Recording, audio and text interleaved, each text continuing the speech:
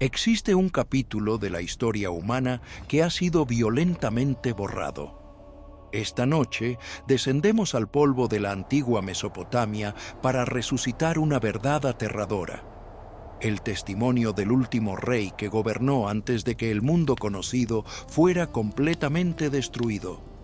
Un cataclismo global tan devastador que reescribió el destino de nuestra especie y dejó únicamente fragmentos de memoria en las tablillas de arcilla grabadas miles de años antes de que cualquier texto sagrado moderno fuera concebido. Este viaje nos llevará cara a cara con los seres que ellos llamaban dioses, los Anunnaki.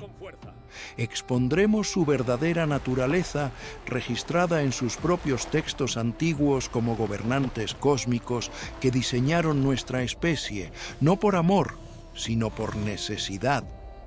Una fuerza laboral de esclavos construida para servir y temer.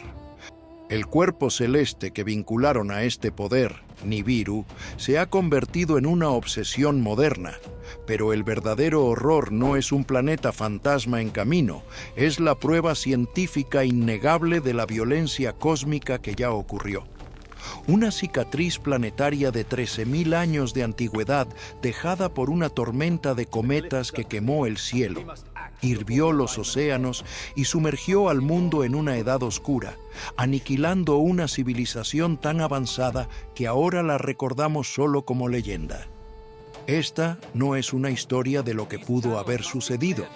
Esta es la reconstrucción de lo que sucedió. Pero antes de sumergirnos más profundo, enciende ese botón de me gusta y prepárate para las revelaciones que están por venir. Dime en los comentarios desde dónde estás escuchando, qué hora es allí. Y como siempre con nuestros videos, las imágenes están aquí para agregar contexto, pero no son necesarias para seguir el hilo. Gracias por siempre respaldarnos, prepárate y sumerjámonos. La pieza de evidencia más convincente es un documento que funciona como la propia mezcla de historia, propaganda y mito de Mesopotamia: la lista de reyes sumerios. Esta colección de tablillas de arcilla y prismas, descubierta en diversas formas en lo que ahora es Irak, era un registro continuo mantenido por escribas para legitimar a sus propios gobernantes al conectarlos con una cadena larga e inquebrantable de realeza que se extendía hasta el amanecer de los tiempos. La lista es fascinante porque no distingue entre lo plausible y lo imposible. Los primeros reyes antediluvianos que supuestamente gobernaron antes de un gran diluvio que alteró el mundo figuran con reinados que duran decenas de miles de años. Pero después del diluvio, las duraciones de los reinados se vuelven progresivamente más realistas. Y allí, en la primera dinastía posterior al diluvio, aparece un nombre que ha intrigado a historiadores y arqueólogos durante más de un siglo. Este nombre, que muchos asocian con el legendario Gilgamesh, no está solo en las listas. La inscripción de Tumal, una crónica que registra la construcción y reconstrucción de un templo para la diosa Ninlil en la ciudad santa de Nippur, funciona casi como un libro mayor de patrocinio real. Menciona explícitamente a este rey y a su hijo como habiendo construido una sección del complejo del templo. Esto no es un mito. Es un informe de construcción. Conecta a una figura específica con un acto específico y verificable de construcción en una ubicación específica. Encontrar esto sería el equivalente antiguo de descubrir un documento romano que detalla la financiación de Julio César para un nuevo foro. Ancla a la figura legendaria en la realidad administrativa mundana de la realeza. Pero aquí está el giro aterrador que la historia convencional no te cuenta. Este no fue simplemente un rey más. Según los textos antiguos más oscuros y fragmentados, este gobernante era el último de su tipo. El último rey que portaba la sangre directa de los Anunnaki, los antiguos dioses que descendieron de los cielos. No era completamente humano. Las tablillas lo describen con una proporción única, 2/3 divino y 1/3 mortal. Esta fracción específica no era poética, era una descripción literal de su linaje genético, una mezcla calculada de ADN celestial y terrestre. Su madre era una diosa menor, Ninsun, conocida como la vaca salvaje de las estepas. Su padre era un rey anterior que había sido deificado tras su muerte. Pero lo más importante es que él era el último eslabón viviente en una cadena que conectaba directamente a la humanidad con sus creadores extraterrestres. Los textos más antiguos, aquellos que los escribas posteriores intentaron ocultar o reinterpretar, revelan algo extraordinario. Este rey no solo construyó murallas y templos, él poseía conocimiento. Conocimiento que no debería haber existido en su época. Conocimiento de las estrellas, de los ciclos cósmicos, de la ingeniería avanzada y de algo aún más perturbador, conocimiento del próximo cataclismo. Las tablillas fragmentadas sugieren que él fue advertido por los propios Anunnaki, o por los últimos de ellos que aún caminaban sobre la Tierra, de que un evento apocalíptico estaba en camino. Un evento cíclico que había destruido al mundo antes y que volvería a hacerlo. Esta advertencia no fue un acto de benevolencia, fue un cálculo frío. Los Anunnaki necesitaban que una pequeña fracción de su experimento genético, la humanidad, sobreviviera para preservar su legado y quizás para servirles nuevamente cuando regresaran.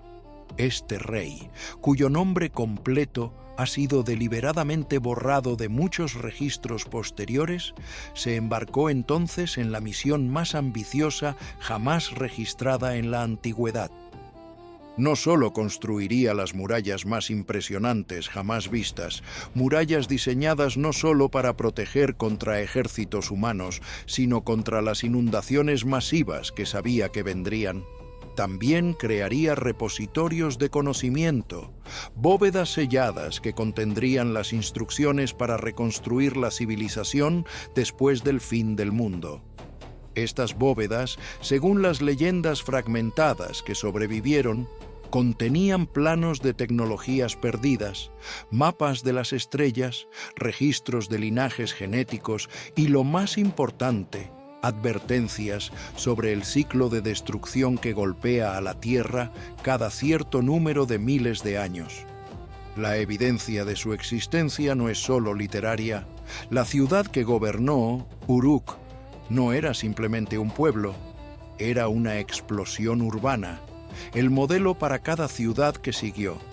Ubicada en la actual Warqa, Irak, en las fértiles orillas del antiguo río Éufrates, Uruk en su apogeo era la ciudad más grande de la Tierra. Se extendía sobre 6 kilómetros cuadrados, un área más grande que la Atenas clásica o la Florencia renacentista, y albergaba entre 50.000 y 80.000 personas. Esta era una concentración asombrosa de humanidad sin precedentes en la historia.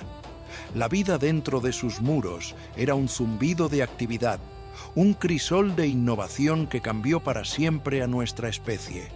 Fue aquí, alrededor del año 3200 antes de la Era Común, donde la humanidad aprendió por primera vez a escribir.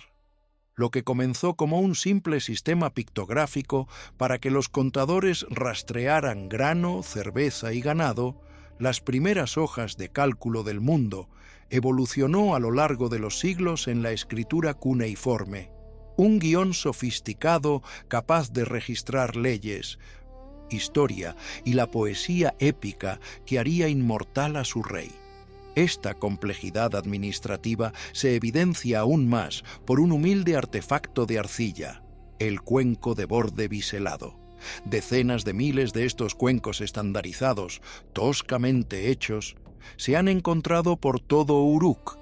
Se consideran ampliamente los primeros objetos producidos en masa del mundo. Su propósito era que probablemente eran cuencos de ración utilizados por una autoridad central para pagar a la masiva fuerza laboral requerida para proyectos estatales. Esta es la firma arqueológica de un gobierno poderoso y organizado capaz de comandar y compensar a miles de trabajadores. ¿Y en qué proyectos estaban trabajando? El más famoso es el directamente atribuido a este rey en su propia epopeya, las legendarias murallas de Uruk. El poema comienza y termina con el rey instando a un visitante a subir y admirar estas murallas. La arqueología confirma que no eran un mito, una muralla defensiva de ladrillos cocidos de casi 10 kilómetros de largo y salpicada por unas 900 torres semicirculares rodeaba la ciudad. Construir tal estructura requería un líder con inmensa autoridad, recursos y una necesidad apremiante de defensa.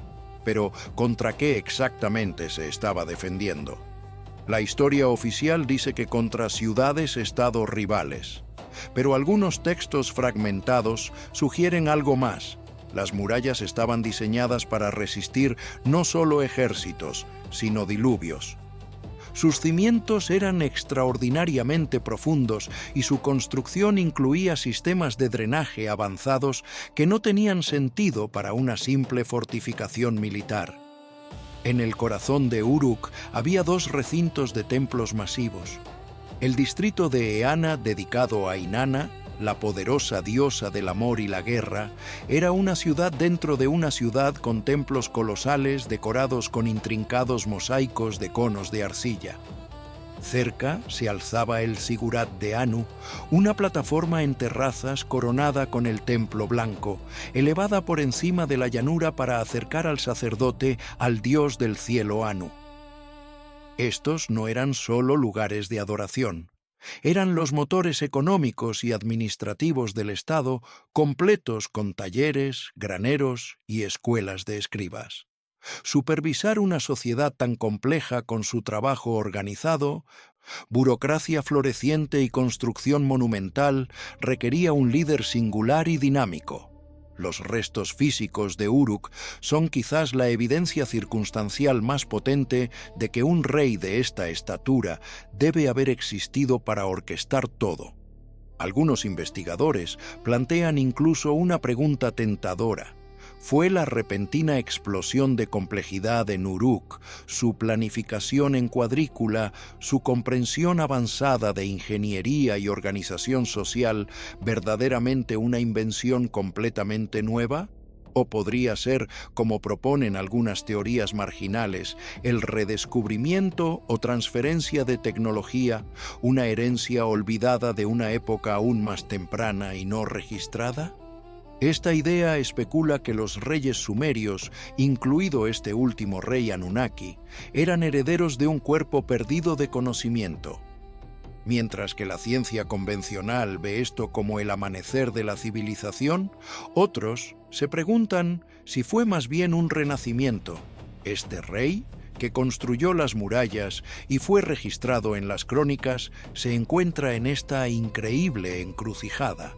Una figura tan exitosa y tan monumental que su vida histórica inevitablemente se convirtió en la semilla de una leyenda que sobreviviría a las mismas murallas que construyó.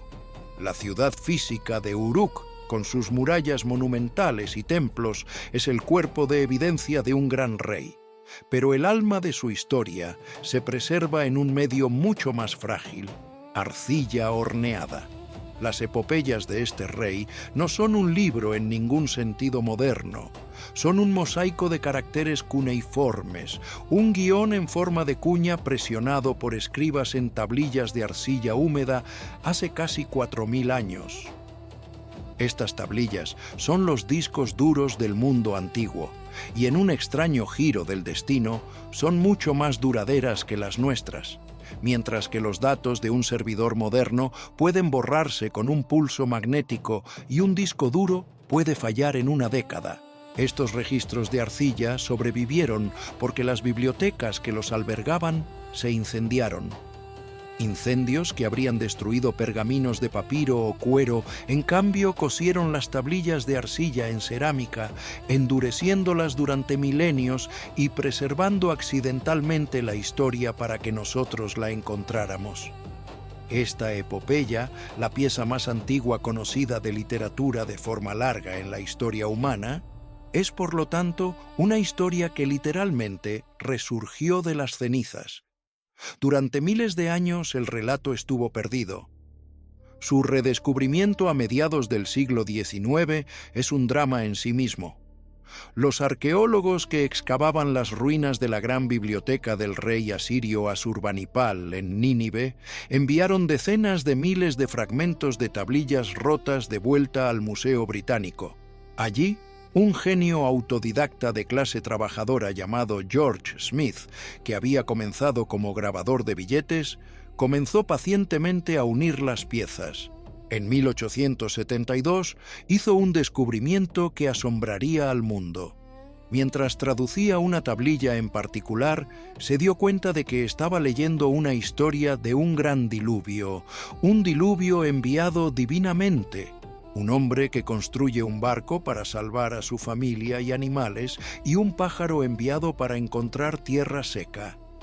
Los paralelos con la historia bíblica de Noé eran tan exactos y tan impactantes que cuando Smith anunció sus hallazgos en una conferencia pública, la audiencia, incluido el primer ministro de la época, quedó electrificada. Aquí había un relato del gran diluvio, pero uno que fue escrito 1000 años antes de las versiones más antiguas conocidas de la Biblia hebrea.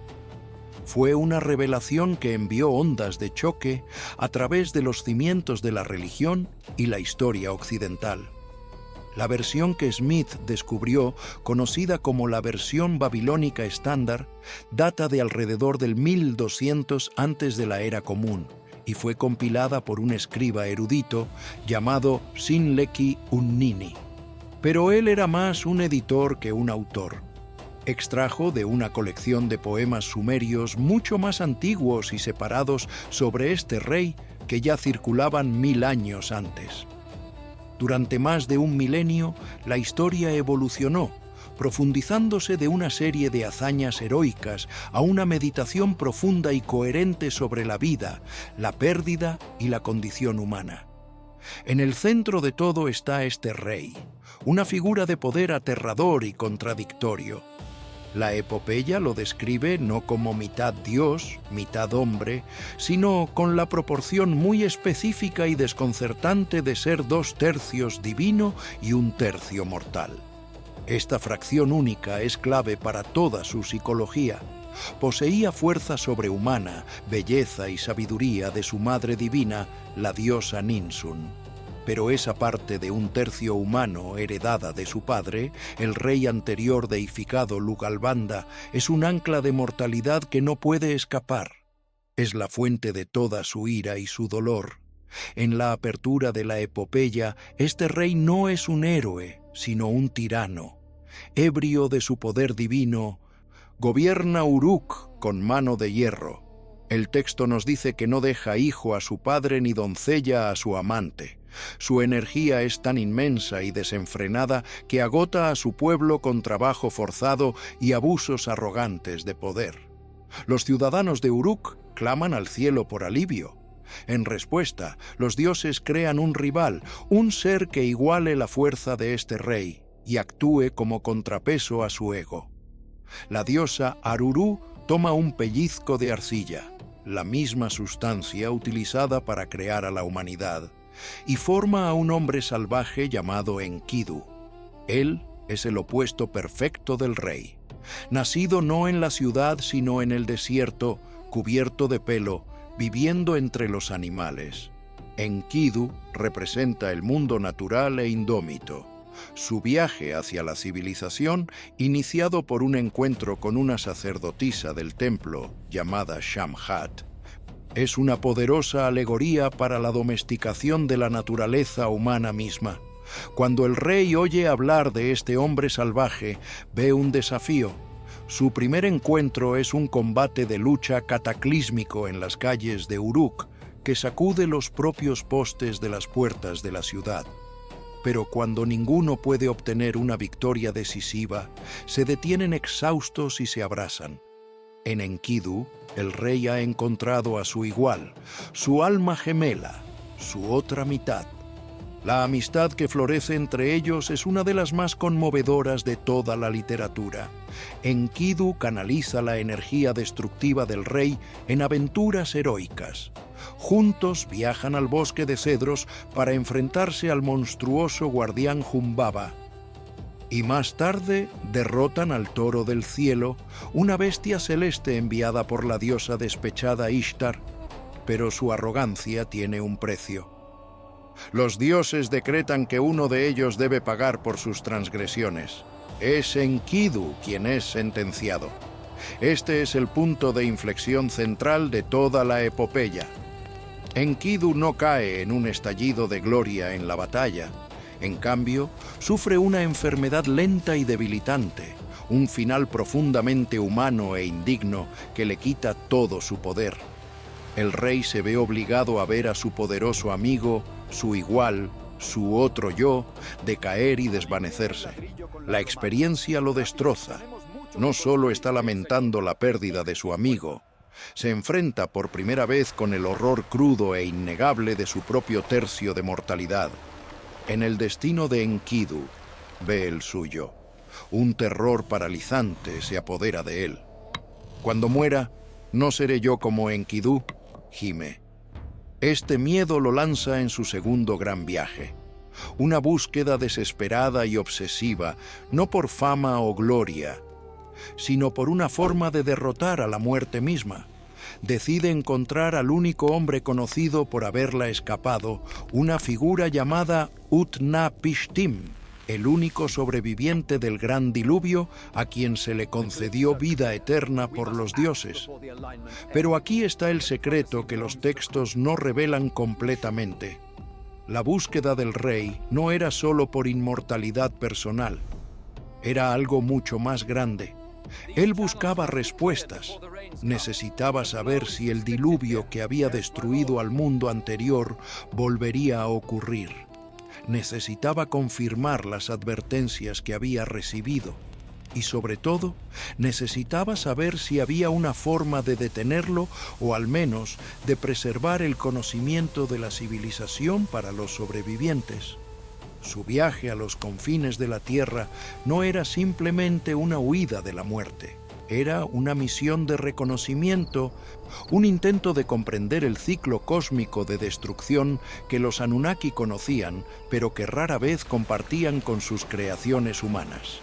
El viaje más allá del mundo conocido. La búsqueda frenética del rey para escapar de su propia mortalidad lo impulsa más allá del mundo conocido, hacia un paisaje mitológico plagado de peligros cósmicos y acertijos filosóficos. Su viaje para encontrar a Utnapishtim, el hombre que engañó a la muerte, es un descenso aterrador hacia lo desconocido, un pasaje a través de un inframundo simbólico mientras aún está vivo. Viaja a las montañas Mashu, los picos gemelos que custodian el paso diario del sol, un lugar donde ningún mortal ha aventurado jamás. Estos guardianes de la puerta solar desafían al rey, pero al ver la desesperación y el linaje divino en él, le permiten pasar. Se le advierte que debe atravesar el camino del sol, un túnel de oscuridad absoluta que el sol recorre por la noche, y debe hacerlo en 12 horas dobles antes de que el sol entre y lo incinere. Esta es una carrera contra el tiempo cósmico mismo. El rey corre a través de la oscuridad aplastante e invisible, emergiendo en el último momento posible hacia un paisaje deslumbrante de otro mundo. Un jardín de piedras preciosas donde los árboles llevan frutos de cornalina y las vides están cargadas de lapislázuli. En las orillas de las aguas de la muerte, un océano que separa el mundo de los vivos del reino de los inmortales, conoce a Siduri, la divina tabernera, la diosa de la elaboración de cerveza y la sabiduría. Ella es una figura de consejo pragmático terrenal. Al ver su apariencia demacrada, vestido con pieles de animales y consumido por el dolor y el terror, ella al principio lo confunde con un criminal desesperado. Cuando él le explica su búsqueda de vida eterna, ella le ofrece el consejo más profundo y quizás más decepcionante de toda la epopeya. Ella le dice que su búsqueda es inútil. «Rey, ¿a dónde vagas?», pregunta. «La vida que buscas nunca la encontrarás». Cuando los dioses crearon a la humanidad, asignaron la muerte a la humanidad, pero se reservaron la vida para sí mismos. En cuanto a ti, deja que tu vientre esté lleno. Haz alegría día y noche. De cada día, haz una fiesta de regocijo. Día y noche, baila y juega. Que tus prendas estén relucientes y frescas, tu cabeza lavada. Báñate en agua. Presta atención al pequeño que sostiene tu mano. Deja que tu esposa se deleite en tu seno. Porque esta es la tarea de la humanidad. Es un hermoso llamado a abrazar las alegrías simples y tangibles de la existencia mortal.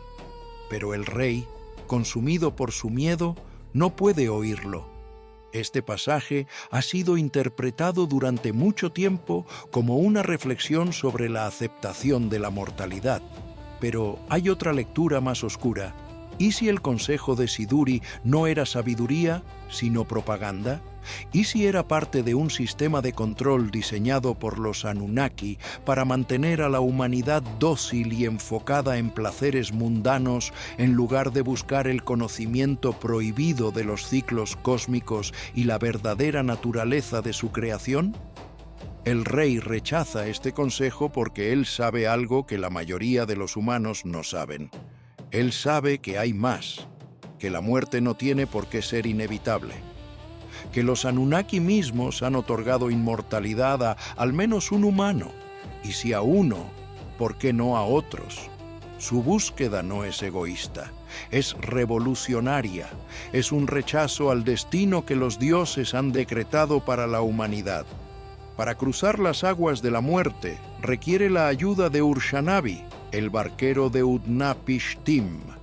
Después de un ataque inicial de ira en el que el rey tontamente destroza las cosas de piedra que impulsan el ferry, se ve obligado a cortar 300 varas de empuje, cada una de 18 metros de largo, para empujar el barco a través de las aguas mortales, ya que ni una sola gota puede tocar su piel.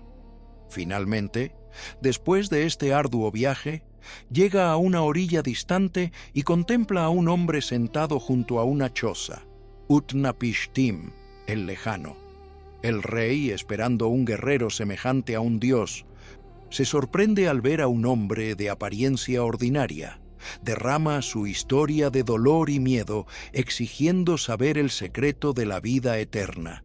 La respuesta de Utnapishtim es contarle al rey su propia historia, que forma el corazón de la tablilla 11 de la epopeya y es uno de los pasajes más significativos en la literatura mundial, el relato mesopotámico del Gran Diluvio. Utnapishtim revela que una vez fue rey de la ciudad de Shuruppak. En aquellos días, el consejo de los grandes dioses, por razones algo oscuras pero relacionadas con el clamor y el ruido de la humanidad perturbando su descanso, decidió acabar con toda vida en la tierra con una inundación masiva. Pero un dios, Ea, también conocido como Enki, el dios astuto de la sabiduría, tenía un punto débil por la humanidad. No podía desafiar abiertamente la decisión del consejo divino. Así que recurrió a un truco.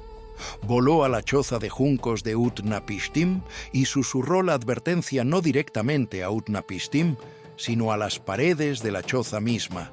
Choza de juncos, pared, pared.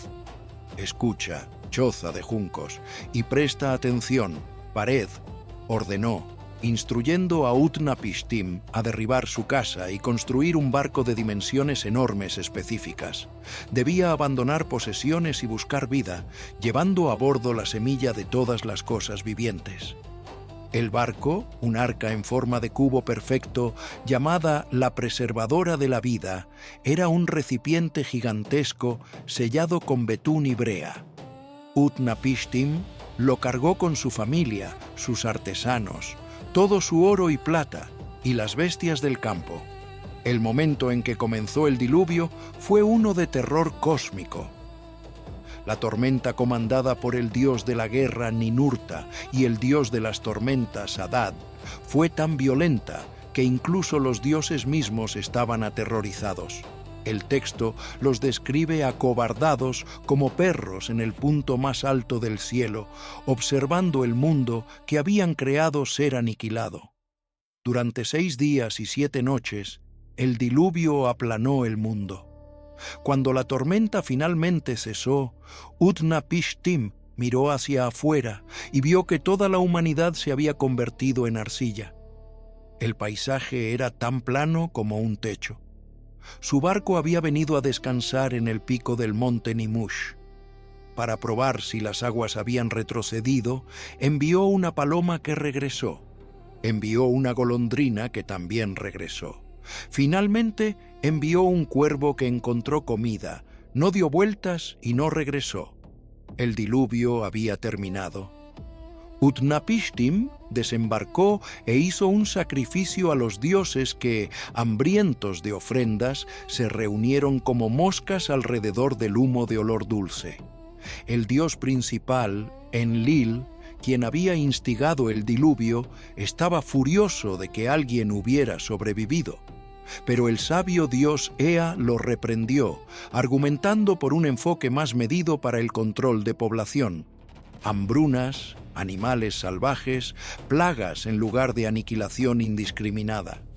Como resolución, Enlil otorgó un regalo único a Utnapishtim y su esposa. Los llevó a bordo del barco, tocó sus frentes y declaró: «Hasta ahora Utnapishtim ha sido simplemente humano. De ahora en adelante, Utnapishtim y su esposa serán como nosotros dioses». Fueron llevados a vivir para siempre en la boca de los ríos en un paraíso remoto. Esta historia es la respuesta devastadora a la búsqueda del rey. Utnapishtim explica que su inmortalidad no fue ganada, fue el resultado de un capricho divino único e irrepetible después de una catástrofe que alteró el mundo. No hay secreto que aprender, ningún ritual que realizar. Para probar la ineptitud del rey para la vida eterna, Utnapishtim lo desafía a una prueba simple: permanecer despierto durante 6 días y 7 noches. El rey, exhausto de su viaje, inmediatamente cae en un sueño profundo que dura una semana. No puede ni siquiera conquistar el sueño, el hermano pequeño de la muerte. Como prueba de su fracaso, la esposa de Utnapishtim hornea una hogaza de pan por cada día que duerme, y cuando el rey despierta, ve las hogazas en sus varios estados de descomposición, una línea de tiempo tangible de su propia debilidad mortal. Derrotado, el rey está preparado para su viaje de regreso a casa. Pero como un último regalo de despedida, la esposa de Utnapishtim insta a su esposo a darle algo. Utnapishtim revela un último secreto: una planta que crece en el fondo del mar, una hierba espinosa que no puede otorgar inmortalidad, pero restaura la juventud a los ancianos. El rey, con sus esperanzas reavivadas, ata piedras a sus pies, se sumerge en el fondo del océano cósmico y recupera la planta. Pero su victoria es efímera. En su viaje de regreso a Uruk, se detiene para bañarse en un estanque fresco de agua. Deja la planta en la orilla y una serpiente, atraída por su fragancia, se desliza hacia afuera, come la planta e inmediatamente muda su piel, renaciendo. La oportunidad de la juventud eterna se pierde para siempre. El rey se sienta y llora. Pero aquí está el detalle que cambia todo. En algunas versiones fragmentadas del texto hay una línea adicional. Antes de que la serpiente robe la planta, el rey tiene una visión. Ve el futuro, ve el cataclismo que está por venir, ve ciudades enteras sumergidas bajo olas gigantescas, ve el cielo en llamas, ve montañas desmoronándose. Y en esta visión comprende algo crucial: la planta no fue robada por accidente. Fue tomada por diseño. La serpiente era un agente de los dioses, específicamente de Enki, quien quería que el rey regresara a Uruk sin inmortalidad, pero con algo mucho más valioso: conocimiento. El conocimiento de que el diluvio no fue un evento único, que era parte de un ciclo y que vendría nuevamente. La serpiente que muda su piel se convierte así en un símbolo de renacimiento cíclico, de destrucción y renovación. El rey no obtuvo la inmortalidad personal, pero obtuvo inmortalidad de otro tipo, la inmortalidad del conocimiento que podría ser transmitido. Es en este momento de pérdida total y fracaso aparente que él finalmente acepta su verdadera misión. No era volverse inmortal, era preparar a su ciudad y a su pueblo para lo que venía. La historia termina donde comenzó. Regresa a su ciudad, Uruk, y mostrando al barquero Urshanabi sus magníficas murallas, señala sus cimientos de ladrillo cocido y habla no de su propia fama, sino del trabajo duradero de sus manos, la ciudad perdurable que será su única verdadera inmortalidad. Pero las murallas, ahora lo sabemos, no eran solo un monumento. Eran una cápsula del tiempo, una fortaleza diseñada para sobrevivir al próximo diluvio y proteger lo que estaba dentro. No solo personas, sino conocimiento. Los arquitectos de la humanidad, para comprender verdaderamente el drama cósmico que se desarrolla en la epopeya de este rey, uno debe entender a los seres que tiran de los hilos, los Anunnaki. Este término se refiere al panteón principal de dioses en las mitologías de Sumeria, Acadia, Asiria y Babilonia. Estos no eran espíritus distantes y etéreos, sino seres poderosos, a menudo tempestuosos, con personalidades, ambiciones y defectos muy humanos. Se creía que habían creado el universo, que gobernaban cada aspecto del mundo natural, y que habían diseñado a la humanidad con un propósito muy específico. La palabra Anunnaki misma a menudo se traduce como descendencia principesca o aquellos de sangre real, indicando su estatus supremo. Eran un consejo divino, una oligarquía celestial cuyas decisiones determinaban el destino tanto de dioses como de mortales. En los textos sumerios anteriores, los Anunnaki eran un grupo algo vagamente definido de las deidades más poderosas del panteón, a menudo invocados en bendiciones y maldiciones. A medida que la religión mesopotámica evolucionó, su jerarquía se volvió más estructurada. En el ápice estaba la tríada suprema: Anu, el dios de los cielos; Enlil, el dios del viento, el aire y la tierra; y Enki, en acadio Ea, el dios del agua, la sabiduría y la magia. Anu era el patriarca remoto, la máxima autoridad, residiendo en el cielo más alto. Enlil era el ejecutivo del panteón, el ejecutor de la ley divina, una figura poderosa y a menudo severa que residía en su templo en Nippur, el corazón religioso de Sumeria. Fue Enlil quien, irritado por el ruido de la humanidad, instigó el gran diluvio. Enki, también conocido como Ea, por el contrario, era el astuto embaucador, el maestro artesano y científico de los dioses y un amigo consistente de la humanidad, a menudo encontrando formas de subvertir los decretos más duros de su hermano Enlil, como lo hizo al salvar a Utnapishtim. Debajo de esta tríada gobernante había otras figuras importantes que constituían el núcleo del Consejo Anunnaki.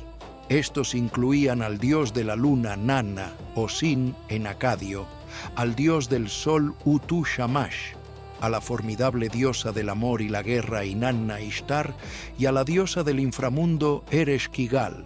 La epopeya del rey está tejida con las intervenciones directas de estas deidades. Su propia madre, Ninsun, es una diosa menor, una vaca salvaje de las estepas, que interpreta sus sueños e intercede con el dios del sol Shamash en su nombre. Es Shamash quien actúa como patrón divino del rey, ayudándolo en su batalla contra Humbaba al enviar poderosos vientos. Por el contrario, es la diosa Ishtar quien se convierte en adversaria del rey cuando ella se ofrece a sí misma y él la rechaza con desdén, enumerando a sus muchos amantes fallidos. Su orgullo herido la lleva a exigir que su padre Anu desate al toro del cielo para destruir Uruk.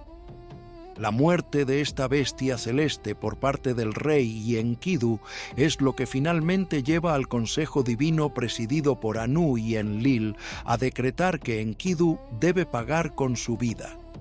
Un concepto clave en la cosmología mesopotámica era la idea de los Me, pronunciado Me. Estos eran decretos universales de autoridad divina, los principios y tecnologías fundamentales que hacían posible la vida civilizada. Los Me se imaginaban como objetos físicos, quizás tablillas del destino, que encarnaban conceptos como la realeza, el sacerdocio, la verdad, la ley, la escritura, el trabajo en metal y ideas aún más abstractas como la lucha y la paz. El dios Enki era el guardián original de la mayoría de los Me. Un mito famoso, Inanna y Enki, cuenta cómo la ambiciosa diosa de Uruk, Inanna, viaja al dominio acuático de Enki en Eridu, lo emborracha y lo engaña para que le dé más de 100 de los sagrados Me, que luego carga en su barco del cielo y triunfalmente lleva de regreso a su ciudad natal. Este mito sirve como una poderosa carta política y religiosa, explicando cómo Uruk superó a la ciudad más antigua de Eridu como centro de civilización. Ilustra que el tejido mismo de la sociedad se veía como una tecnología divina entregada o robada de los dioses.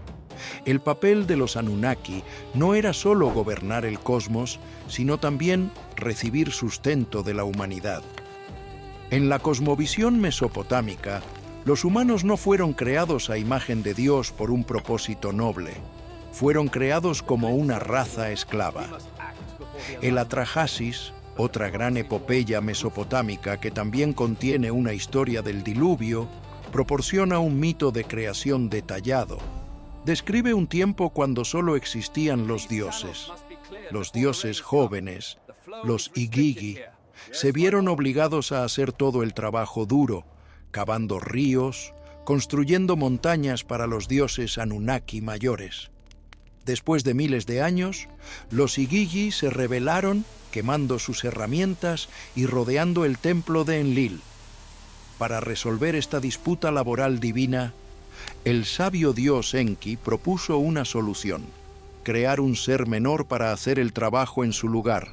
En un momento de ingeniería genética divina, la diosa madre Nintu, también conocida como Mami o Belet Ili, mezcló arcilla con la carne y la sangre de un dios asesinado llamado Geshtu-e, un dios que tenía inteligencia. De esta mezcla se formaron los primeros humanos. Su propósito, su razón completa de existencia, era trabajar para los dioses. Cavar canales de irrigación, cultivar la tierra, criar ganado y, lo más importante, proporcionar un flujo constante de ofrendas de comida, bebida e incienso. Los sacrificios de los templos no eran solo actos de devoción, eran literalmente el combustible que alimentaba al reino divino. Es por eso que los dioses estaban tan horrorizados por el diluvio. Cortó su suministro de alimentos. Esta relación amo-esclavo añade una capa oscura y compleja a las interacciones entre dioses y mortales. Los Anunnaki no eran necesariamente benevolentes, eran seres poderosos, interesados en sí mismos, que podían ser caprichosos, vengativos y aterradores. El miedo a la ira divina era una presencia constante en la vida mesopotámica. La enfermedad, el hambre y el desastre se veían como castigos de dioses disgustados. Esto hace que los repetidos esfuerzos de Enki para ayudar a la humanidad sean aún más notables. Parece ser el único Anunnaki que tiene un sentido genuino de responsabilidad e incluso afecto por su creación. Las teorías de conspiración y las narrativas históricas alternativas a menudo se aferran a este aspecto de los mitos. Fue la historia de los Anunnaki creando humanidad de arcilla mezclada con la sangre de un dios, una representación mitológica de un evento real. Era Geshtue quien tenía inteligencia, no un dios, sino un individuo específico cuyo material genético se usó en un experimento antiguo. Los proponentes de estas ideas sugieren que los Anunnaki no eran dioses en absoluto, sino visitantes extraterrestres de carne y hueso. Interpretan los mitos no como metáforas religiosas, sino como registros históricos distorsionados de una especie tecnológicamente avanzada, creando al Homo sapiens como fuerza laboral. Mientras que la academia convencional lo descarta, esta interpretación continúa alimentando una poderosa mitología moderna, una que transforma a estos dioses antiguos en ingenieros alienígenas y posiciona a la humanidad como su descendencia genéticamente modificada, atada para siempre a un linaje cósmico que hemos olvidado hace mucho tiempo. Pero hay un aspecto de esta historia de creación que es aún más perturbador y que rara vez se discute. Si los Anunnaki realmente crearon a la humanidad como fuerza laboral esclava hace cientos de miles de años, ¿qué sucedió después? Los textos sumerios sugieren que los Anunnaki no abandonaron la Tierra inmediatamente después de crear a los humanos. Se quedaron, gobernaron, establecieron ciudades, tomaron esposas humanas y, según las listas de reyes, establecieron dinastías donde su sangre divina se mezcló con la sangre humana en proporciones cada vez más diluidas. Los primeros reyes eran casi completamente divinos. Los posteriores, como nuestro rey de 2/3 divino y 1/3 mortal, eran híbridos, y los reyes que vinieron después de él eran cada vez más humanos. Esto sugiere un retiro gradual de los Anunnaki del gobierno directo de la humanidad. Pero, ¿por qué se fueron? Una teoría radical propone que no se fueron por elección. Fueron forzados a irse por el mismo cataclismo que destruyó al mundo antediluviano. Que el diluvio no fue solo una inundación de agua, sino un evento cósmico tan violento que hizo que la Tierra fuera temporalmente inhabitable, incluso para los tecnológicamente avanzados Anunnaki. Tuvieron que evacuar. Y cuando las condiciones se estabilizaron y regresaron, encontraron que su civilización cuidadosamente construida había sido destruida, sus ciudades enterradas, y solo un puñado de humanos había sobrevivido. En lugar de reconstruir desde cero, decidieron tomar un enfoque diferente. Dejarían que la humanidad se desarrollara de manera más independiente, interviniendo solo ocasionalmente, y se retirarían a un papel más distante y observacional. Nuestro rey, el último de los verdaderos híbridos Anunnaki humanos, habría sido un puente entre estos dos mundos. Él llevaba suficiente sangre Anunnaki para acceder a su conocimiento y tecnología, pero suficiente sangre humana para relacionarse con su pueblo. Y crucialmente, los Anunnaki lo habrían elegido como su agente final en la Tierra. Su misión no era solo gobernar Uruk, era preservar la semilla de la civilización Anunnaki a través del próximo cataclismo, construir estructuras que pudieran sobrevivir, codificar el conocimiento en textos que pudieran ser redescubiertos, y asegurarse de que cuando los Anunnaki regresaran, si es que lo hacían, encontrarían una humanidad que aún recordaba y veneraba a sus creadores. En este sentido, él no era solo un rey, era un guardián, el último guardián de un conocimiento que podría salvar a la humanidad o esclavizarla nuevamente. Si te ha gustado el contenido hasta este punto, suscríbete si te gusta el video. Tu apoyo nos ayuda a continuar creando este tipo de contenido profundo y revelador. El punto de cruce celestial. Mientras que las teorías de conspiración modernas y las narrativas históricas alternativas a menudo han reutilizado el nombre para narrativas especulativas, el concepto mesopotámico original de Nibiru No tenía nada que ver con un planeta rebelde habitado por alienígenas. Para los astrónomos y sacerdotes babilonios, Nibiru era un concepto astronómico preciso y vital profundamente integrado en su comprensión científica y religiosa del cosmos. Su importancia no radica en una órbita hipotética lejana, sino en su papel como punto de anclaje celestial, un marcador de orden cósmico y autoridad divina. El nombre mismo en acadio significa cruce o punto de transición. Este nombre es la clave de todo su significado original. No era un objeto tanto como una ubicación, un vado celestial, donde los caminos se cruzaban. El texto más importante para comprender a Nibiru es el Enuma Elish, la epopeya de la creación babilónica.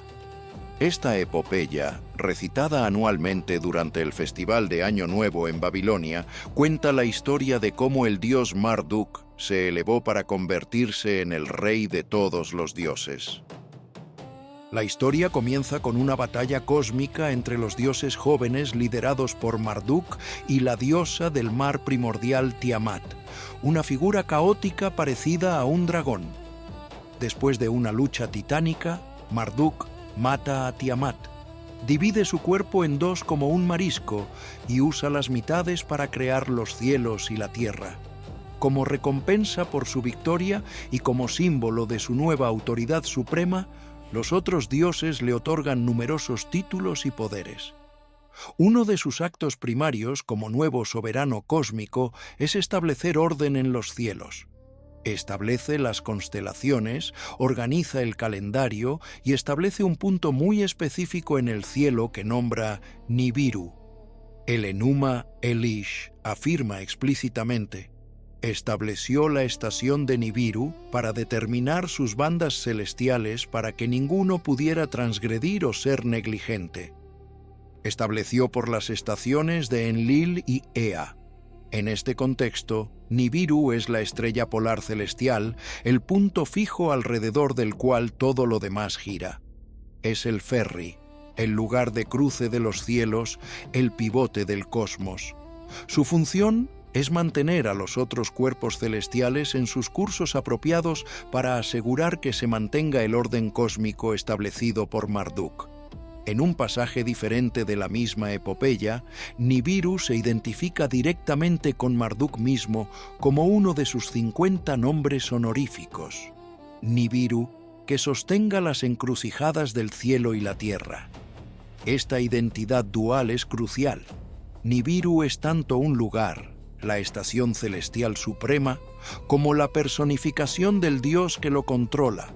Por extensión, la estrella o cuerpo celestial, designado como Nibiru, se veía como la manifestación visible del poder de Marduk en el cielo nocturno. Entonces, ¿qué cuerpo celestial era? Los estudiosos han debatido esto durante décadas y los textos no son completamente consistentes, lo que sugiere que la identificación puede haber cambiado con el tiempo.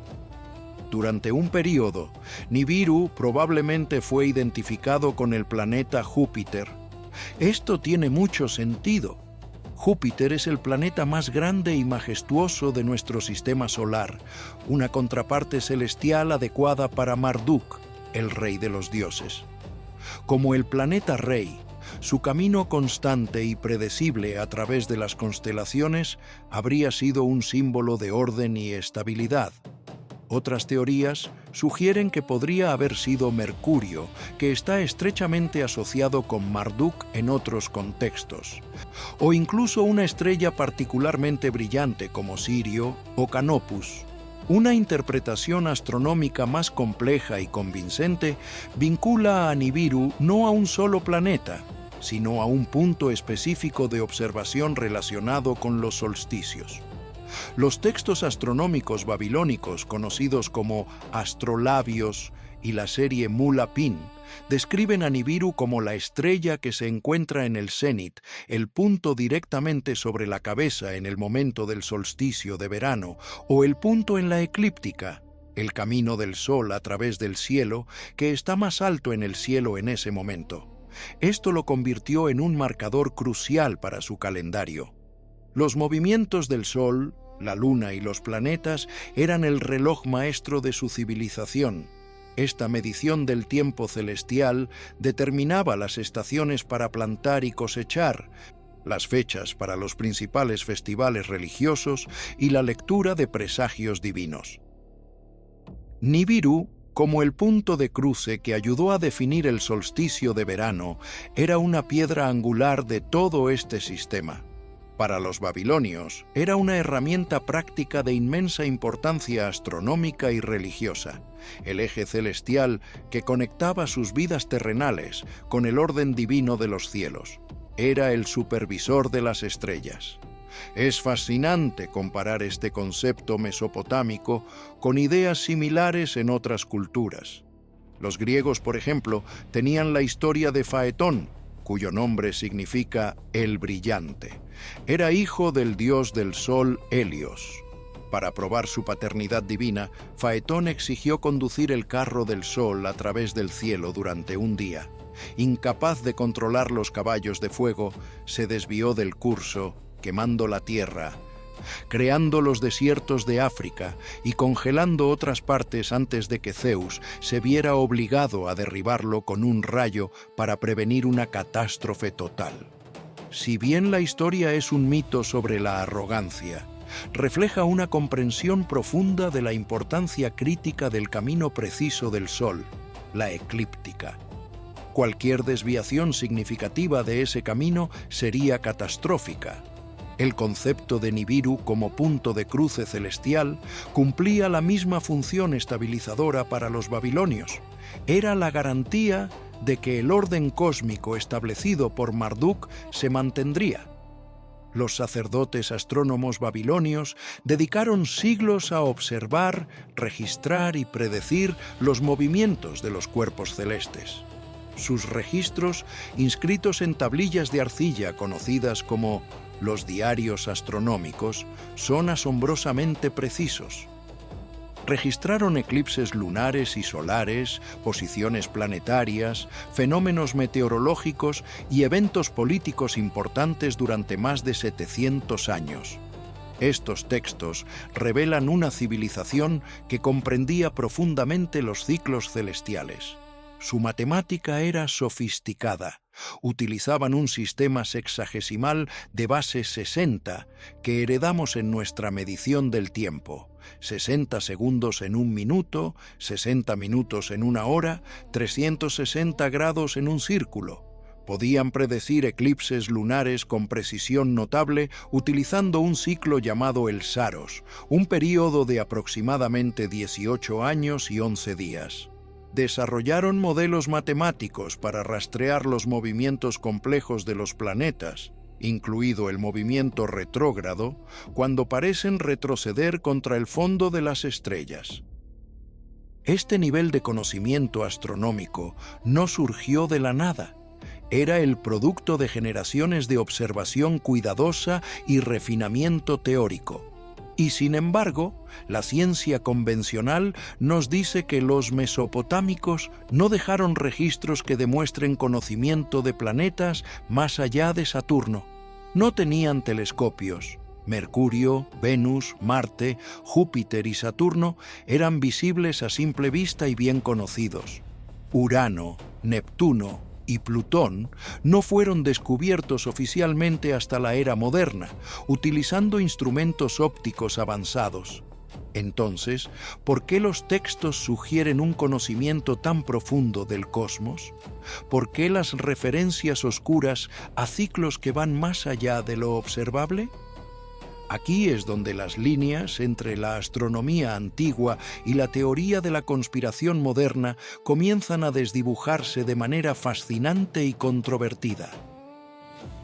En la década de 1970, un escritor azerbaiyano-estadounidense de origen ruso llamado Zecharia Sitchin publicó el primero de una serie de libros que reescribiría la comprensión popular de los Anunnaki y Nibiru para siempre.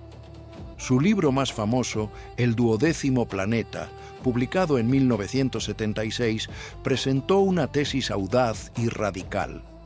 que los antiguos sumerios tenían conocimiento de un planeta adicional en nuestro sistema solar, un planeta masivo con una órbita elíptica extremadamente alargada, que lo lleva a las profundidades del espacio durante miles de años antes de regresar al sistema solar interior.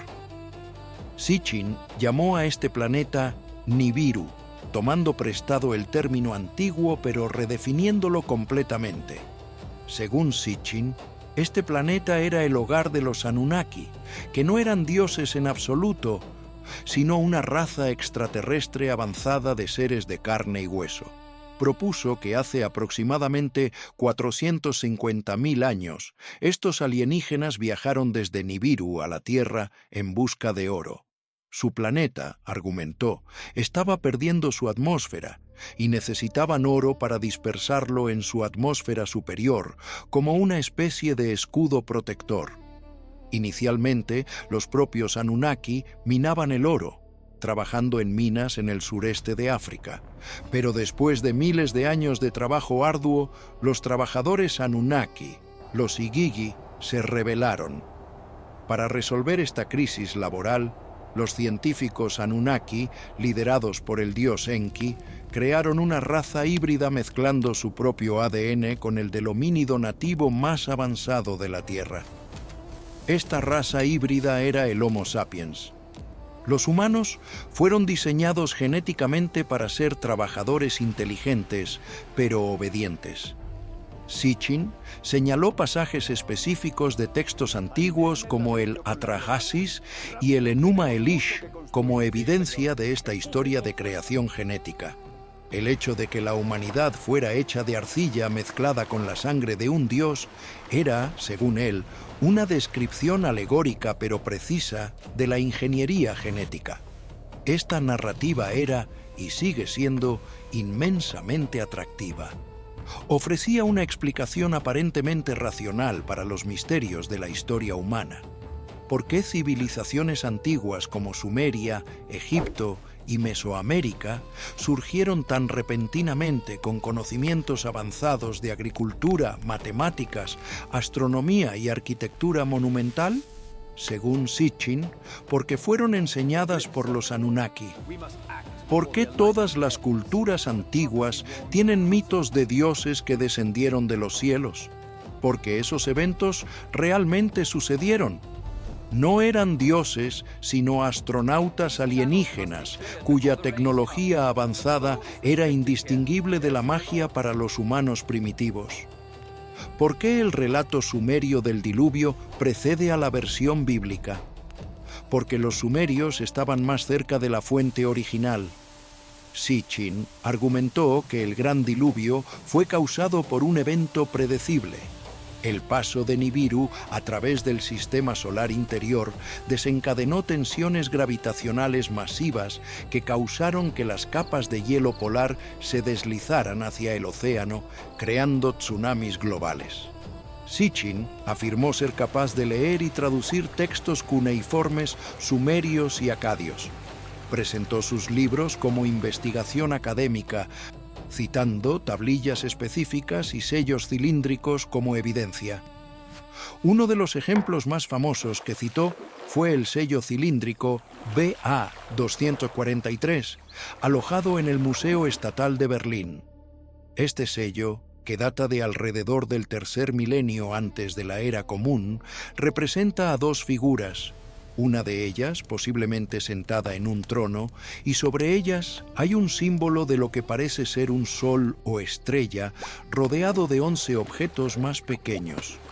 Sitchin interpretó esto como una representación del sistema solar con el Sol en el centro, rodeado por 11 planetas, incluido un 12º cuerpo, Nibiru. Argumentó que esto probaba que los sumerios conocían la configuración heliocéntrica del sistema solar y todos sus planetas miles de años antes de Copérnico. Sin embargo, la comunidad académica rechazó de manera abrumadora las afirmaciones de Sitchin. Los eruditos de lenguas y culturas mesopotámicas, incluidos asiriólogos certificados, criticaron su trabajo como profundamente defectuoso. Señalaron numerosos errores en sus traducciones.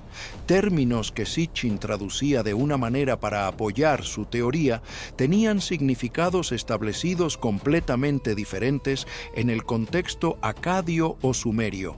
Por ejemplo, la palabra que él traducía como cohete o vehículo espacial a menudo significaba simplemente arma o instrumento divino. El concepto de que el símbolo en el sello BA-243 representa el sistema solar fue particularmente criticado. Los expertos señalaron que el símbolo central se parece más a una estrella estilizada, probablemente representando una deidad estelar, y que los objetos circundantes podrían ser cualquier cosa, desde otras estrellas hasta símbolos decorativos o incluso la marca del propietario del sello. No hay consenso de que represente planetas en absoluto. Más importante aún, no hay ningún texto cuneiforme que describa a Nibiru como un planeta con una órbita de 3.600 años, que es el hogar de una raza alienígena. Esa interpretación es enteramente de Sitchin. Los críticos también señalaron que la ciencia planetaria presentada por Sitchin era imposible. Un planeta del tamaño que él describía, posiblemente tan grande como la Tierra o más grande, en una órbita tan elíptica que se acerca al Sol cada 3.600 años, causaría perturbaciones gravitacionales masivas y detectables en las órbitas de los planetas conocidos. No se ha observado ninguna perturbación de este tipo. Además, un cuerpo planetario en una órbita tan extrema experimentaría cambios de temperatura tan radicales, desde el calor abrasador cerca del Sol hasta el frío casi absoluto en las profundidades del espacio, que mantener una atmósfera estable o cualquier forma de vida sería esencialmente imposible.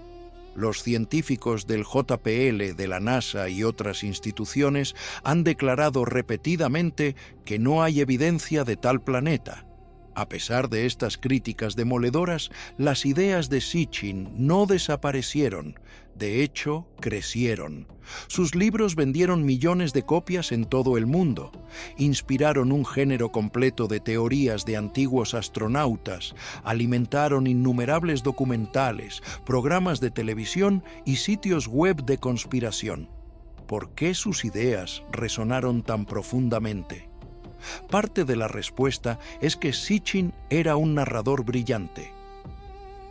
Tejía narrativas convincentes que conectaban mitología, arqueología y especulación científica en una gran epopeya cósmica.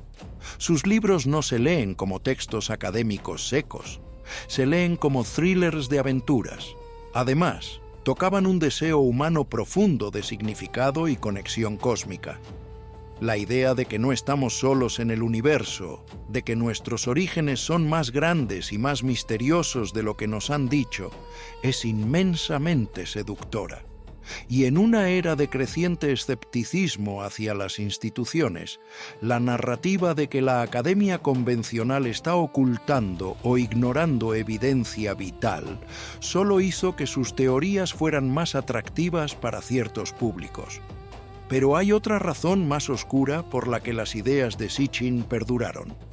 Algunos de los elementos de su teoría, desprovistos de su envoltorio pseudocientífico, resuenan con percepciones genuinas sobre la naturaleza abrupta e inexplicable de la civilización temprana. La arqueología convencional realmente lucha por explicar completamente el surgimiento repentino de la complejidad en Sumeria. La revolución urbana no fue gradual, fue explosiva. En el lapso de unos pocos siglos, alrededor del 300-200 antes de la Era Común, vemos la aparición simultánea de escritura, arquitectura monumental, especialización laboral compleja, redes comerciales de larga distancia y organización política jerárquica. Esta es la llamada trampa del despegue neolítico. Es como si alguien hubiera encendido un interruptor. Explicar esto a través de procesos evolutivos puramente graduales es un desafío. Algunos arqueólogos sugieren que puede haber habido transferencia de conocimiento desde una región a otra. o que las condiciones ecológicas únicas de Mesopotamia facilitaron este desarrollo rápido. La teoría más radical y controvertida, defendida más notablemente por autores como Graham Hancock, es que hubo una civilización anterior, una civilización avanzada, que fue destruida por un cataclismo global hace aproximadamente 12.000 a 13.000 años, y que los sobrevivientes de esa civilización perdida viajaron por el mundo, llevando su conocimiento a culturas más primitivas y sembrando las semillas de las civilizaciones que surgieron más tarde. Esta teoría se llama difusionismo catastrófico o la hipótesis de la civilización perdida. Y aquí es donde la ciencia convencional, la arqueología alternativa y los mitos antiguos colisionan de maneras extraordinarias y perturbadoras. Porque hay evidencia científica real, dura y verificable, de un cataclismo global que ocurrió hace precisamente 12.800 años. No es una teoría conspirativa, es un hecho geológico. Se llama el evento de impacto del Younger Dryas. La cicatriz planetaria. El Younger Dryas fue un período de enfriamiento climático dramático y abrupto que ocurrió al final de la última edad de hielo. Durante miles de años, el clima de la Tierra se había estado calentando de manera constante. Los glaciares retrocedían, los bosques se expandían y los megafaunales prosperaban. Luego, hace aproximadamente 12.800 años, algo sucedió. En el lapso de quizás una sola década, posiblemente incluso más rápido, las temperaturas en el hemisferio norte se desplomaron de nuevo a condiciones casi glaciales. Groenlandia experimentó una caída de temperatura de hasta 15 grados Celsius. Esta reversión repentina duró aproximadamente 1.200 años, un periodo conocido en geología y paleoclimatología como el estadio del Younger Dryas.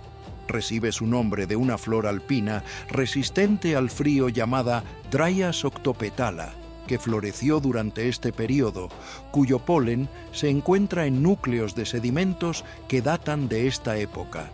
Durante décadas, el mecanismo de activación del Younger Dryas fue un misterio. La teoría dominante, aún sostenida por muchos científicos, es que fue causada por una interrupción masiva en las corrientes oceánicas, específicamente la circulación meridional de vuelco del Atlántico, el sistema de corrientes que incluye la corriente del Golfo.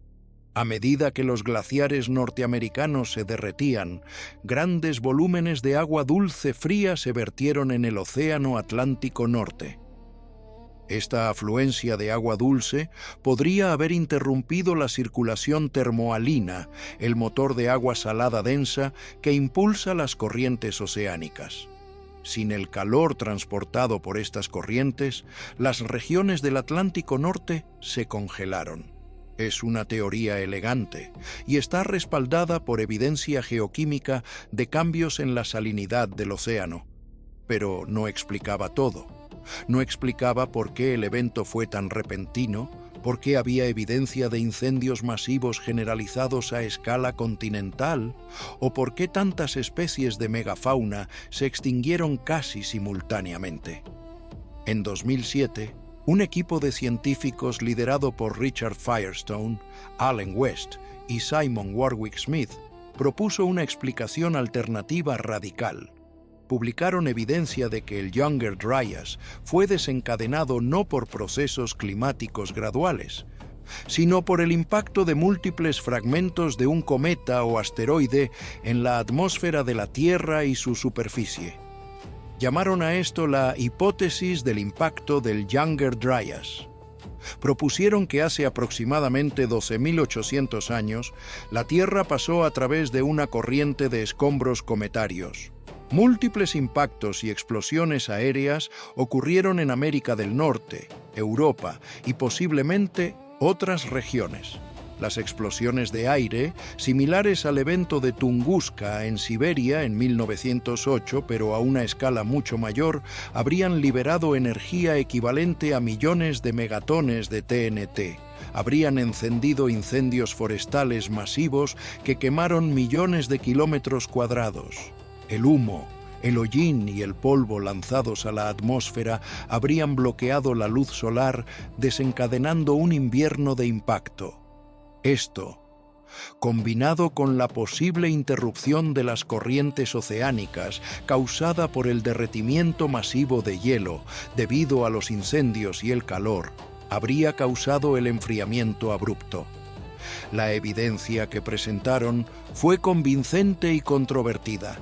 Informaron de un pico en microesférulas ricas en carbono, nanodiamantes, vidrio fundido, platino, iridio y otros materiales que se encuentran típicamente en capas de impacto de meteoritos, todos fechados con precisión en la capa límite del Younger Dryas hace 12.800 años en sitios de todo el hemisferio norte.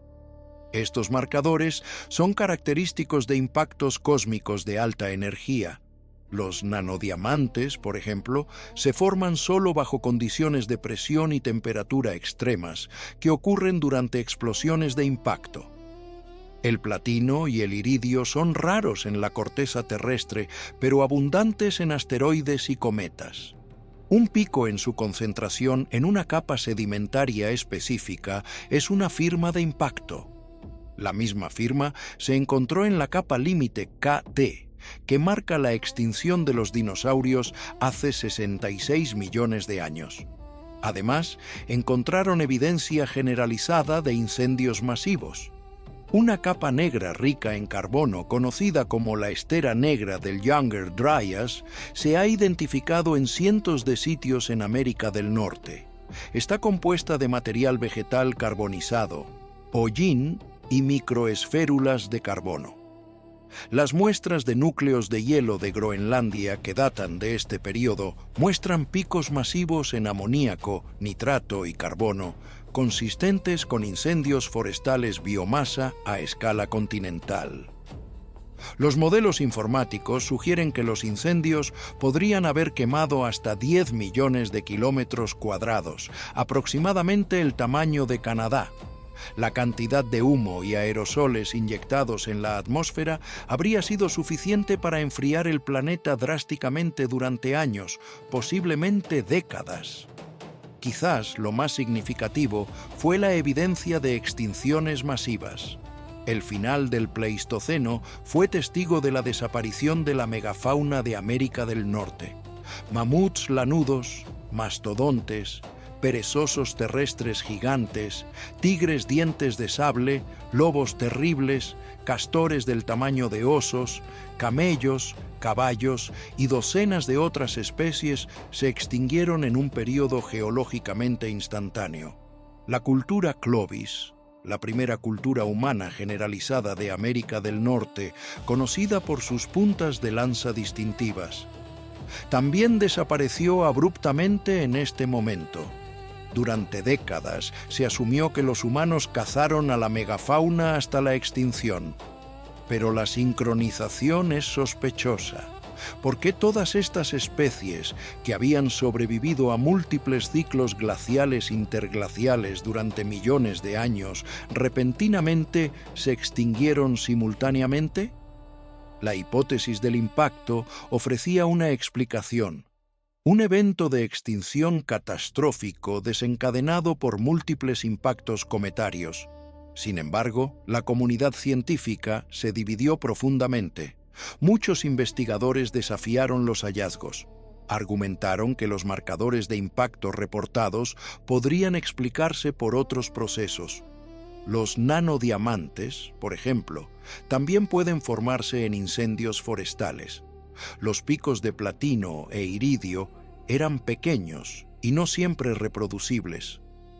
Algunos intentos de replicar los hallazgos en otros laboratorios no encontraron los mismos marcadores o los encontraron en concentraciones inconsistentes.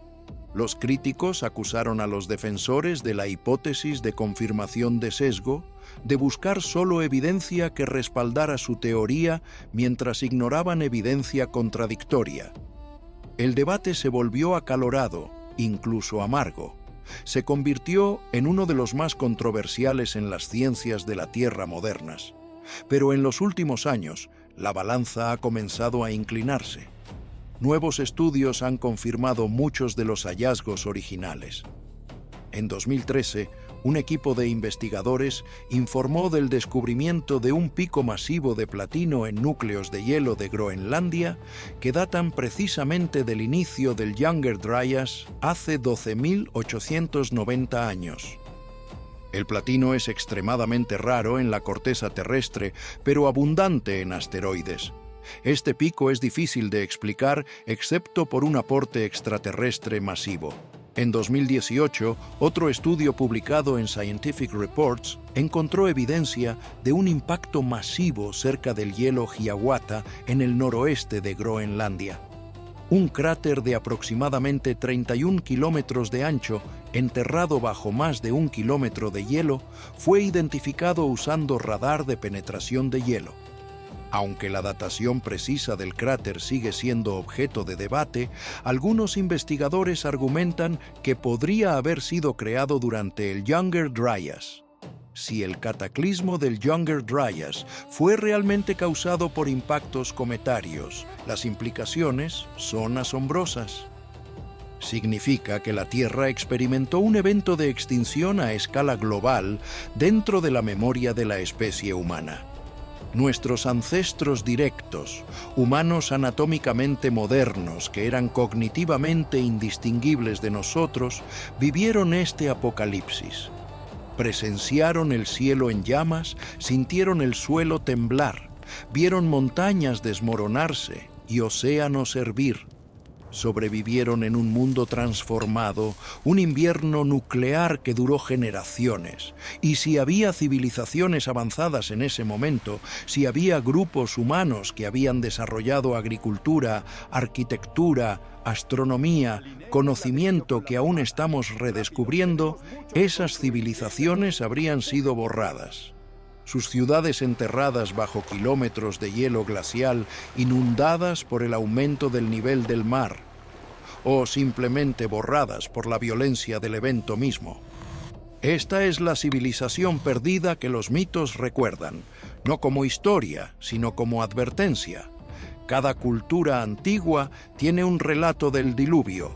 Los sumerios tenían a Utnapishtim, los hebreos tenían a Noé, los griegos tenían a Deucalión, los hindúes tenían a Manu. Las culturas nativas americanas, desde los Haida de la costa noroeste hasta los Hopi del suroeste, tienen historias de un gran diluvio que destruyó el mundo anterior. Estas historias no son copias unas de otras, son recuerdos independientes de un evento real transmitido a través de miles de años de tradición oral. Y el mensaje es siempre el mismo. El mundo fue destruido, pero se salvaron unos pocos, y ellos transmitieron el conocimiento para que pudiéramos reconstruir. Nuestro rey, el último de los híbridos Anunnaki, habría estado vivo durante este periodo, o más precisamente, sus ancestros directos lo habrían sido. Los sumerios databan el gran diluvio en su lista de reyes como el evento que dividió la historia en dos eras. Los reyes antediluvianos con sus reinados imposiblemente largos y los reyes postdiluvianos con duraciones de vida más realistas.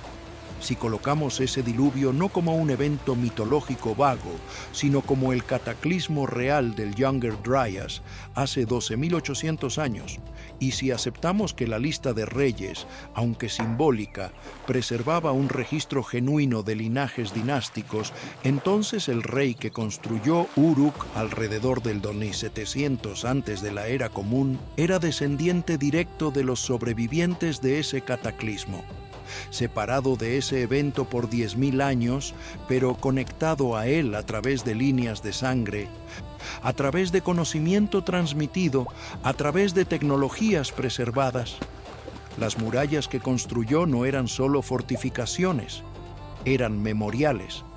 Eran un recordatorio grabado en ladrillo y arcilla de que el mundo puede acabar, y acabará de nuevo.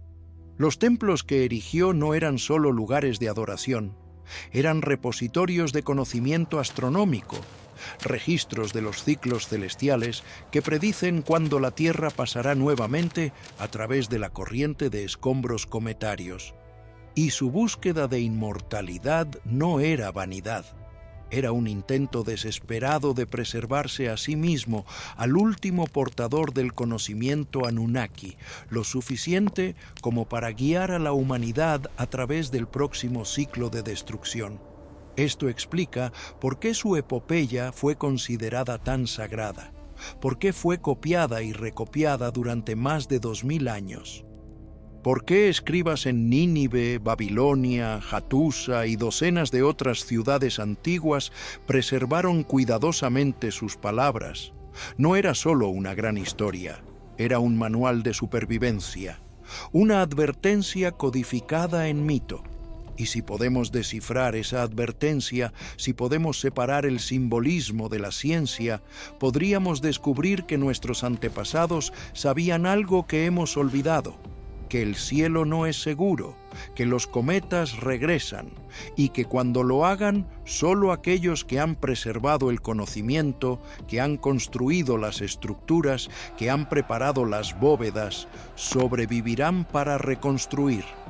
Antes de continuar, si este contenido te está dejando sin palabras, dale al botón de suscribirse para no perderte las revelaciones que vienen. Comparte en los comentarios qué piensas sobre esta conexión entre el mito antiguo y la ciencia moderna. Tu apoyo mantiene viva esta investigación. Entonces, ¿qué nos dice todo esto? ¿Qué significa para nosotros, aquí, ahora, en el siglo XXI? La respuesta es tanto esperanzadora como aterradora. Esperanzadora porque demuestra que la humanidad ha sobrevivido antes a la extinción. Hemos enfrentado el apocalipsis y hemos persistido. Hemos perdido civilizaciones enteras, conocimiento acumulado durante milenios, y aún así nos hemos levantado de las cenizas. Somos, en el sentido más literal, una especie de sobrevivientes.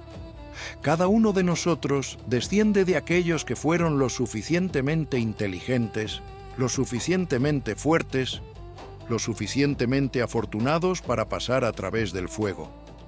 Pero es aterradora porque el ciclo no ha terminado.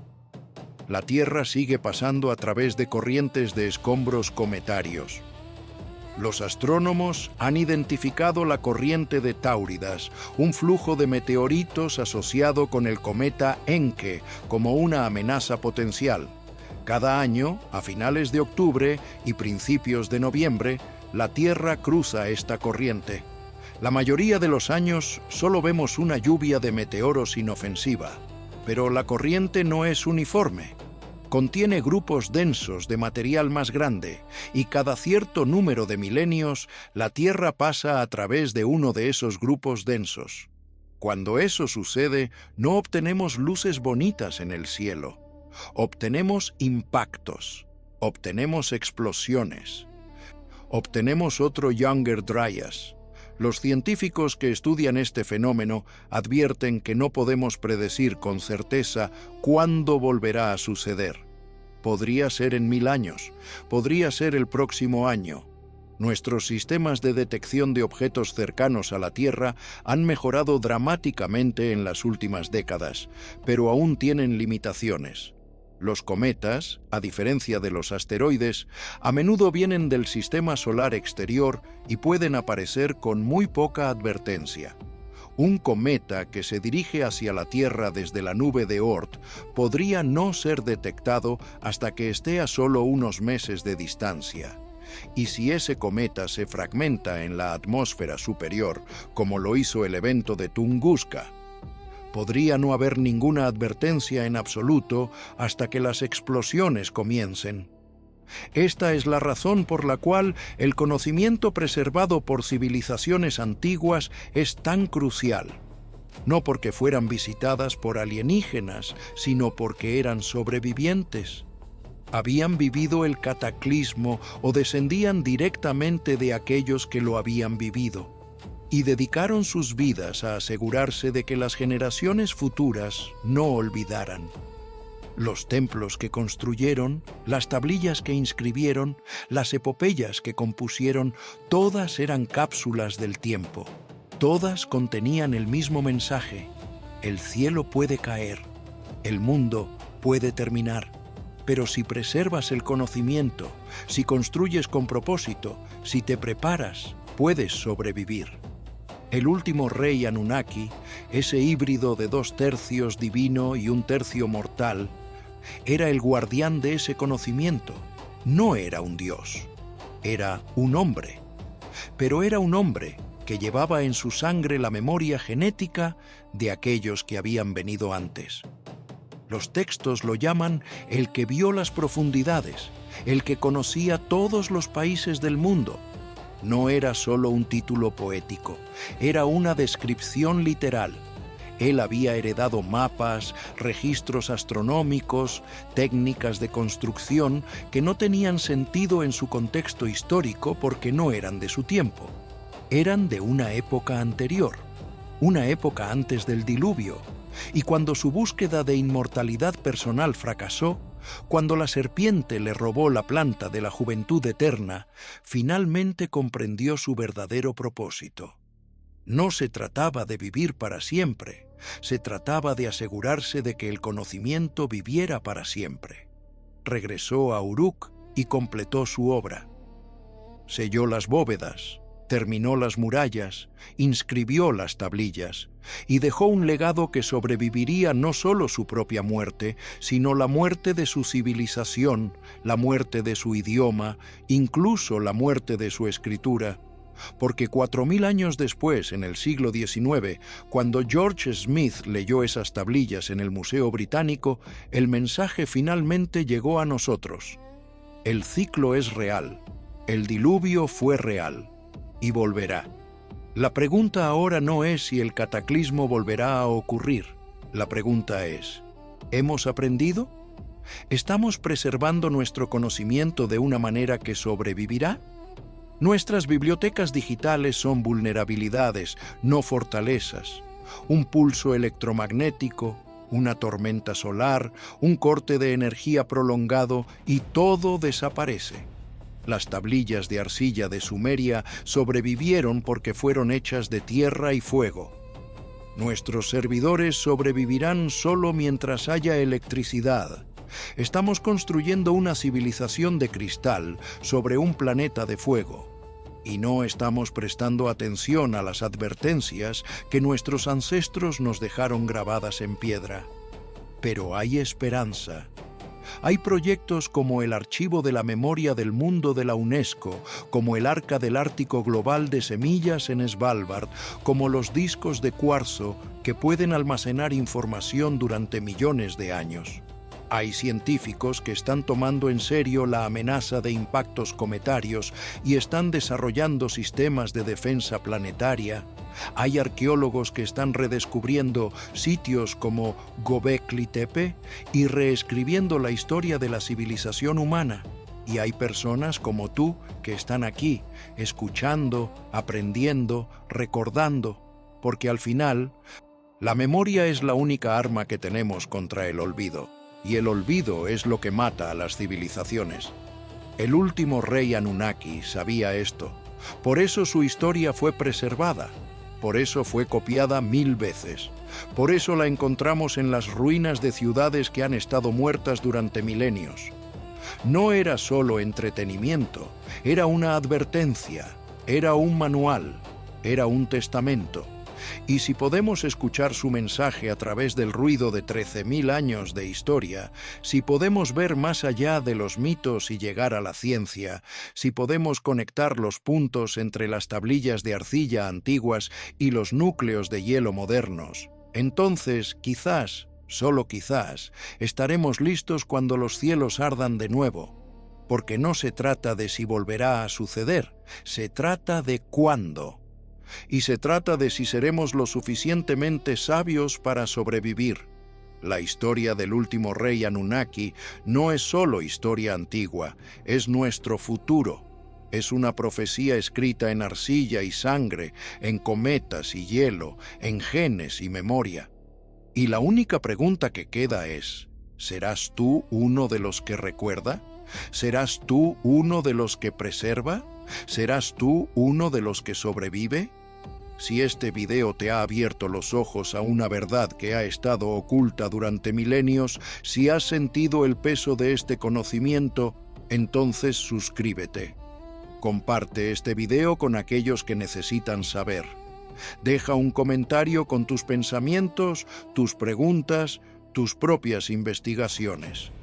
Porque este no es el final de la historia, es solo el comienzo, y juntos podemos asegurarnos de que el conocimiento del último rey Anunnaki no se pierda de nuevo.